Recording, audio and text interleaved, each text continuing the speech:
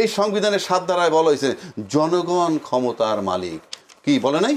এটা আমি বানাই বলতেছি না তো। তা জনগণ যদি মালিক হয়, এখানে লেখা আছে সংবিধানের সাথে প্রজাতন্ত্রের সকল ক্ষমতার মালিক জনগণ, তো জনগণ সিদ্ধান্ত নিছে গণভোটের মাধ্যমে আমি মালিক, আমি মালিক, আপনারা এক্সিকিউটিভ। মালিকের যে মনোবাসনা, মালিক যেটা চাইছে মালিকরা, সে মেজরিটি, সেটা আপনাদেরকে অ্যালাউ করতে হবে। এটার ভিতরে লেখা আছে, আপনি দুইটা নেবেন এবং শেষে সংযোগ করে দেওয়া হয়েছে শপথের ভাষা কি হবে। আপনি জেনে শুনে মেনে আসছেন, এটা তো কিছুই করলেন না। তাহলে এটা আপনি করলেন কি, যে আমি 2/3 মেজরিটি পাওয়ার পর, আমরা যে কাল 55 বছরে যাবত দেখে আসছি, যে দল 2/3 মেজরিটি পেয়ে যায় সেই আইনের ঊর্ধ্বে উঠে যায়। আপনি লিখে রাখেন 100% আইনের ঊর্ধ্বে, 100%। বাংলাদেশে যারা 2/3 মেজরিটি পাইছে, সে ব্যক্তি তো আইনের ঊর্ধ্বেই, তাদের আত্মীয় স্বজন গোষ্ঠী জ্ঞাতি তার গাড়ির ড্রাইভার পর্যন্ত আইনের ঊর্ধ্বে উঠে যায়। তো সেখানে আপনি কি আশা করবেন? বিএনপি কি সে পথে হাঁটবে কিনা? ধন্যবাদ আপনাকে এবং আমার বিজ্ঞ বড় ভাই রিপন ভাই। আইনে বিজ্ঞ না, না আলোচক হিসাবে বিজ্ঞ। তো শুভেচ্ছা এবং আপনার চ্যানেল এর দর্শক শ্রোতা। রিপন ভাই অনেকগুলো কথা বলছে, সেগুলা অনেকগুলোর সাথে আমি একমত, এবং এই সবগুলা কথাগুলা শুনলে পরে মনে হয় আমরা কেমন একটা দেশে আছি, বা কারা আমাদের পরিচালনায় আছে, কে রাষ্ট্রপতি, কীরকম রাষ্ট্রপতি, সংসদে যারা গেছে তারা কোন লেভেলের। আমরা অতীতে দেখছি, আমরা যতই আমি আওয়ামী লীগের বিরোধী থাকি বা জামাতের বিরোধী থাকি বা বিএনপির বিরোধী থাকি, দ্যাট ইজ পক্ষে থাকি বা পক্ষে থাকি, কিন্তু আমি দেখছি আপনি ধরেন মওদুদ আহমেদের মতো একজন পার্লামেন্টেরিয়ান, আপনি সুরঞ্জিত সেনগুপ্ত, ইভেন তোফায়েল আহমেদ, জমিরুদ্দিন সরকার সাহেবের মতো লোক, ইভেন সাকা চৌধুরী, এই যে লোকগুলো ছিল, যাদের কার কি অপরাধ কার বিচার এটা অন্য চ্যাপ্টার, কি জাদ্রেল লোক ছিল, সেই পার্লামেন্টের দিকে এখন আমি তাকাই, আমার কষ্ট হয়। কারা যাচ্ছে, কি বলছে, শিক্ষিত অশিক্ষিত নিয়ে আমি বিবেচনায় নিচ্ছি না। সেখানে তো অভিজ্ঞ স্বরাষ্ট্রমন্ত্রী, অভিজ্ঞ না থাকুক, অভিজ্ঞতা আপনি না থাকুক, কিন্তু আলটিমেটলি আপনি ভুল বলতে পারেন, অ্যাড্রেসিংয়ে ভুল হইতে পারে। যখন আপনি সাবমিশন রাখতেছেন তখন রাখতেছেন কি, সেগুলো দেখবার বিষয়। যেমন ধরেন সালাউদ্দিন সাহেব একজন চৌকস লোক, আমি তো ওনারে আজকে কোথায় জানি প্রস্তাব দিলাম যে উনি খুব চৌকস, উনি যোগ্য, উনি লয়ের ছাত্র, তারপরে উনি পার্লামেন্টের মেম্বার এ পর্যন্ত 4র্থবার হইলেন, তারপরে উনি প্রতিমন্ত্রী ছিলেন, উনি প্রধানমন্ত্রী এপিএস ছিলেন, উনি প্রধানমন্ত্রীর আজকের প্রধানমন্ত্রীর টিচারও ছিলেন। না না, টিচার বলতে কি, টিচার বলতে না না, এটা ঠিক না। যাই হোক, হইতে পারে, আমরা যেটা জানছি টিচার বলতে আমি ওই কোনো নেগেটিভ অর্থে না, থাকতে পারে, যেহেতু তার আত্মীয় বটে, তাদের ওটাও না আত্মীয় না, আমি যতটুকু জানি। তো যাই হোক, তারপর সে স্ট্যান্ডিং কমিটির মেম্বার এবং প্রতিমন্ত্রী ছিলেন, ওই হিসাবে উনি যোগ্য। এবং আজকে পার্লামেন্টারে যেভাবে টানতেছেন, আমি ওনার ভুল শুদ্ধের বিতর্কে যাচ্ছি না, কিন্তু যেভাবে টানতেছেন সেই হিসাবে তাকে আজকে 4 নম্বর সিটে বসেন, কিন্তু প্রধানমন্ত্রীর সাথে তার তাৎক্ষণিক মানে প্রতি মুহূর্তে কথা বলা দরকার, সেই হিসাবে তাকে পাশে বসানো উচিত। বলতে পারেন ব্যত্যয় ঘটে, ব্যত্যয় কিছু আসে যায় না, আমাদের দেশটা ভালো চলা দরকার, এটা একটা দিক। আচ্ছা, আবার যদি বলি যে উনি যেমন বললেন যে অন্তর্বর্তী সরকার মানে এই একটা প্রতারণা করছে, এই আইনটা, এই আদেশটা দিয়ে একটা কি বলে প্রতারণার দলিল বলেছেন, প্রতারণার দলিল বললেন। জুলাই সনদ বাস্তবায়ন। হ্যাঁ, আপনি যখন একটা জিনিস মেনে নিবেন, মেনে নেওয়ার পর কিন্তু জনগণ আপনার উপর আস্থা নিছে, সেখান থেকে আপনি সরে আসলে আপনার সম্পর্কে আমার ধারণা কি হবে? আপনি তখন চিন্তা করলেন না কেন? তখন তো বলার সুযোগ ছিল না যে তা না, 1 নম্বর। 2 নম্বর আসেন, সংস্কার এবং রিফর্ম দুইটা যদি একই জিনিস হয়, তাহলে সংস্কার করতে দোষ কি? সংশোধনে যাব কেন? আসলে যেমন রিপন ভাই বলছে, দুটোর ভিতরে তেমন কোনো পার্থক্য নাই। অফকোর্স পার্থক্য আছে, কারণ এখানে উচ্চকক্ষ হবে, নিম্নকক্ষ হবে। এখানে আপনার, আমি বলছি সেটা তো সংশোধনের মধ্য দিয়ে হবে, সংশোধনের মধ্যে দিয়ে, সংস্কারের মধ্য দিয়ে হবে। সংস্কার হলো পরিবর্তন, অনেক কিছু পরিবর্তন হয়, আমূল পরিবর্তনের দিকে যায়, নতুন একটা ধারা তৈরি হবে। যেমন আপনি উচ্চকক্ষ নিম্নকক্ষ, সেখানে পিয়ার পদ্ধতির উচ্চকক্ষ নাকি আসন ভিত্তিক, এগুলো একটা বিশাল সংস্কার। এখন সংসদ কিন্তু শুধু সংস্কার করে না, সংসদ কিন্তু নতুন আইনও করে। সুতরাং নতুন আইন হবে, এবং নতুন আইনটা একদিন, নতুন আইন হলো আপনি সংবিধানের ভিতরে চলবেন, তার সাথে প্রয়োজনীয় আইন বানাবেন, অন্য আইন, সেই আইনটা আরেক জিনিস। কিন্তু আমার বক্তব্যটা হচ্ছে যে আপনি যদি এখন সংবিধানটাকে সংশোধন করতে চান, সংশোধন করে কোনটা? যেমন ধরেন ওইটা শাস্তি আছে 5 বছর, এটা শাস্তি করলেন 7 বছর, 5 বছর 2 বছর বাড়াইলেন, এইটা সংশোধন। কিন্তু ওই ইয়েটাই থাকবে না, ওইখানে অন্য একটা জিনিস বসবে, এক কক্ষ, দ্বিকক্ষ, উচ্চকক্ষ, নিম্নকক্ষ বানাবেন, এটা জন্য দরকার সংস্কার। এখন আসেন যে আমি আবার একটু মাঝখানে একটা প্রশ্ন করব। জি। এই যে আপনার 13th অ্যামেন্ডমেন্টটা হলো, আমাদের দেশে কি তত্ত্বাবধায়ক ব্যবস্থা ছিল? সেটাই বলতেছি, ছিল না।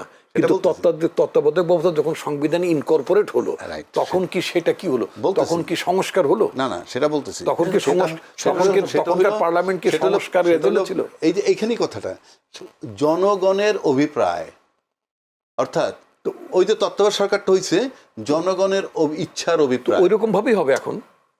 সেই ইচ্ছার অভিপ্রায় হইছে বইলে সংবিধানের বাইরে বসে এই 3 দল মেনে নিছে। মেনে নেওয়ার পর 3 দলীয় রূপরেখা হয়েছে একটা। আর এটাকে আপনি সেই হিসাবে জনগণের অভিপ্রায়, সেই অভিপ্রায়ের ভিত্তিটা বাস্তবায়িত হইল, প্রতিফলিত হইল গণভোট দিয়ে জনগণের অভিপ্রায়টাকে। এখন আপনি বলতেছেন যে জুলাই সনদ বাস্তবায়ন যে আইনটা, এই আদেশটা, এইটা বৈধ নয়, এটা রাষ্ট্রপতি দিতে পারেন না। রিপন ভাই আরেকটা কথা বলছেন, এটা আমিও জানি, যে ওই আদেশে স্বাক্ষর করার পর প্রশ্ন করছিলেন স্বরাষ্ট্রমন্ত্রী যে আপনি এই আদেশে স্বাক্ষর করতে পারেন কিনা। উনি বলেন আমি পারি না, কিন্তু পারাচ্ছে, কথাটা ছিল এরকম, পারাচ্ছে। এখন আমার প্রশ্ন, আপনাকে দিয়ে পারাচ্ছে মানে হলো আপনি স্বেচ্ছায় করেন নাই, তাহলে বাই ফোর্স করেছেন। কে আপনাকে বাধ্য করলো, কে আপনাকে ফোর্স করলো, এটা একেবারে একটা বিশাল তদন্ত দরকার, এবং এটা ক্রিমিনাল অফেন্স করছেন, যেই করে থাকুন, নাম্বার 1।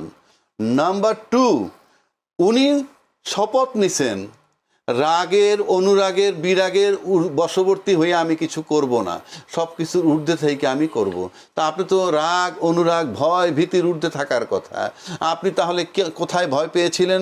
আর ভয় পেয়ে করলে আপনার উপরে দেশ দায়িত্ব দিবে কেন রাষ্ট্রপতির? আপনি কি হিসাবে রাষ্ট্রপতির দায়িত্ব নিছেন? আপনাকে যদি প্রেশার দিয়ে করানো যায়, আপনি তো এই রাষ্ট্রপতি পদে আপনার নিজেরই থাকা উচিত নয়। ভেরি সিম্পল কোশ্চেন আমার, আপনার নিজেরই থাকা উচিত না।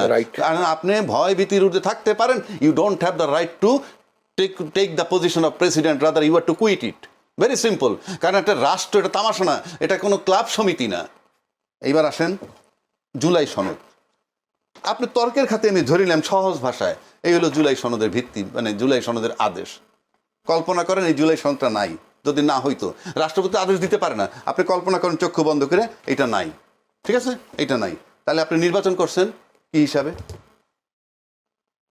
আপনি এই সংসদ ভেঙে যাওয়ার পর নির্বাচন হবে 90 দিনের মধ্যে, আপনি 2026-এর ফেব্রুয়ারিতে নির্বাচনটা করলেন কি হিসাবে? এটা নাই মনে করেন, এই আদেশটা নাই, আপনি নির্বাচন করলেন কিভাবে? এই আদেশ দিয়ে তাদেরকে বাঁচানো হয়েছে কেন আমি বলি, এই আদেশে আছে নির্বাচন সম্পর্কে 2-এর নিয়ম, সংসদ নির্বাচন অর্থ এই আদেশ জারির অব্যাহতি পরে অনুষ্ঠিত জাতীয় সংসদের সাধারণ নির্বাচন। এই আদেশ হওয়ার পর যে সংসদ নির্বাচন হবে সেটার কথা বলা হয়েছে। আপনাদেরকে বাঁচাই দিছে, আপনি সংবিধানে নাই, সংবিধান মোতাবেক নির্বাচন হয় নাই। সংবিধান মোতাবেক নির্বাচন হওয়া উচিত ছিল 8 তারিখে, 8ই আগস্ট 2024-এ, ওত নেওয়ার পর 7ই নভেম্বর 2024-এর মধ্যে নির্বাচন হওয়ার কথা। নির্বাচন হয়েছে 2026-এর 12ই ফেব্রুয়ারি। চ্যালেঞ্জ করলাম, দেখান আমার এই সংবিধানে কোথায় পারমিট করে। আপনাদেরকে যদি বাঁচতে হয়, বৈধতা নিতে হয়, তাহলে এই জুলাই সনদের যে আইনটা, আদেশটা, এটাকে আপনাদের মেনে নিতে হবে। সেক্ষেত্রে সংসদ যে সার্বভৌম একটা কথা বলে, ইয়েস, সংসদ তো অবশ্যই সার্বভৌম। এই যে গণভোট হয়েছে, এই গণভোটটাই তো আইন হয়ে যাবে না, এই গণভোটটা তার আইন হয়ে যাবে না, বাট গণভোট হইল জনগণের রিফ্লেকশন, সেইটার আলোকে এইটাকে সংসদে ঢুকাবে, ঢুকে আপনি এটাকে একটা সংস্কারের মাধ্যমে আইনি একটা রূপ দিবেন। যেমন এই সংবিধানের 7 ধারায় বলা হয়েছে জনগণ ক্ষমতার মালিক। কি বলে নাই? এটা আমি বানাই বলতেছি না তো। তা জনগণ যদি মালিক হয়, এখানে লেখা আছে সংবিধানের সাথে প্রজাতন্ত্রের সকল ক্ষমতার মালিক জনগণ, তো জনগণ সিদ্ধান্ত নিছে গণভোটের মাধ্যমে আমি মালিক, আমি মালিক, আপনারা এক্সিকিউটিভ। মালিকের যে মনোবাসনা, মালিক যেটা চাইছে মালিকরা, সে মেজরিটি, সেটা আপনাদেরকে অ্যালাউ করতে হবে। এখন আপনি সংসদ, এই তারপর আসেন পরিষদ, ওত নিতে বলছে 2টা, এটার ভিতরে লেখা আছে, আপনি দুইটা ওথ নেবেন এবং শেষে সংযোগ করে দেওয়া হয়েছে শপথের ভাষা কি হবে। আপনি জেনে শুনে মেনে আসছেন, এটা তো কিছুই করলেন না। তাহলে এটা আপনি করলেন কি, যে আমি 2/3 মেজরিটি পাওয়ার পর, আমরা যে কাল ধরে 55 বছরে যাবত দেখে আসছি, যে দল 2/3 মেজরিটি পেয়ে যায় সেই আইনের ঊর্ধ্বে উঠে যায়। আপনি লিখে রাখেন 100% আইনের ঊর্ধ্বে, 100%। বাংলাদেশে যারা 2/3 মেজরিটি পাইছে সে ব্যক্তি তো আইনের ঊর্ধ্বেই, তাদের আত্মীয় স্বজন গোষ্ঠী জ্ঞাতি তার গাড়ির ড্রাইভার পর্যন্ত আইনের ঊর্ধ্বে উঠে যায়। তো সেখানে আপনি কি আশা করবেন? বিএনপি কি সে পথে হাঁটবে কিনা? বিএনপি হাঁটবে কি হাঁটবে না তা জানি না। এইবার আসেন, যদি আমরা যদি এই জুলাই সনদ বাস্তবায়ন করি, কি হবে? এই জুলাই সনদ কালকে বাস্তবায়ন করলে কি মুক্তিযুদ্ধের চেতনা চলে যাবে? আমি নিশ্চিত করে বলছি না। যদি এই জুলাই সনদ আইনি বাস্তবায়ন করা হয়, তাহলে কি রাজাকার জামাত কালকে ক্ষমতা আসবে? কিভাবে আসবে? নির্বাচন করে তো আসতে হবে। যদি এটা বাস্তবায়ন করা হয়, তাহলে কি কোনো ব্যক্তির ক্ষতি হবে, রাষ্ট্রের ক্ষতি হবে, জনগণের ক্ষতি হবে? নো, বরং গণতান্ত্রিক প্রক্রিয়া মজবুত হবে, গণতন্ত্র মজবুত হবে। যারা ক্ষমতায় থাকবেন তারা 2/3 মেজরিটি পাওয়ার পরেও আনসারেবল থাকবেন। এমনভাবে এটাকে করা হইতেছে যারা আনসারেবল থাকবেন, ওইটার ঊর্ধ্বে তারা থাকতে চান, আনসারেবল থাকতে চান না। আনসারেবল যেহেতু থাকতে চান না, কৈফিয়তের মধ্যে থাকতে চান না, তার মানে হচ্ছে এই যে আলটিমেটলি এইটা সংশোধন না করার মানেই হচ্ছে, বাস্তবায়ন করার না মানেই হচ্ছে যে আমরা সেই পতিত সরকার যেদিকে হাঁটছে সেদিকেই হাঁটতেছে। এটা অনেকগুলো কারণ হতে পারে, এমন হতে পারে যে শুধু ইগোর কারণে হাঁটতেছে, সেটাও হতে পারে, আমি জানি না ঠিক। বাট এইটা রাষ্ট্রের ক্ষতি হবে, রাষ্ট্রের পররাষ্ট্রনীতিতে ক্ষতি হবে না, কোনো কিছুতে ক্ষতি হবে না, জনগণের ক্ষতি হবে না। ক্ষতি হবে শুধু আপনার কুক্ষিগত পাওয়ারটাকে কুক্ষিগত করতে পারবেন না।